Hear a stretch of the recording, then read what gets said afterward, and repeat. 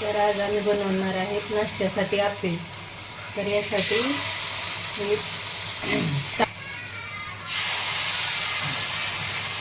तांदूळ आणि मुगाची उडदाची डाळ भिजवून घेतली होती आणि रात्री ते करून ठेवलेलं होतं मिक्स। आणि आता यामध्ये कांदा, वाटाणे आणि टोमॅटो हे टाकून घेतलेलं आहे।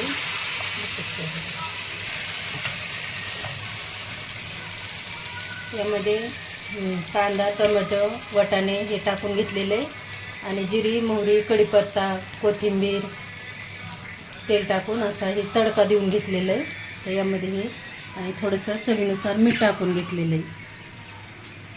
हे असे नाश्त्यासाठी आप्पे केलेले आहेत। तर असं हे असे उलटून घ्यायचे म्हणजे दोन्ही अंग सुद्धा भाजले जाते तर छान असे।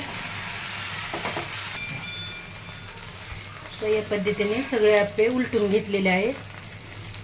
तरी या आप्पे खायला तर नाश्त्यासाठी आप्पे तयार झालेले आहेत। याच पद्धतीने तुम्ही पण नाश्त्यासाठी आप्पे करा।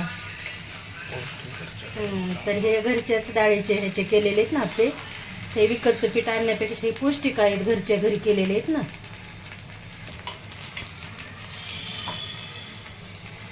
आप्पे खाण्यासाठी तयार झालेले आहेत। तर असे हे आता सगळे आप्पे काढून घ्यायचे।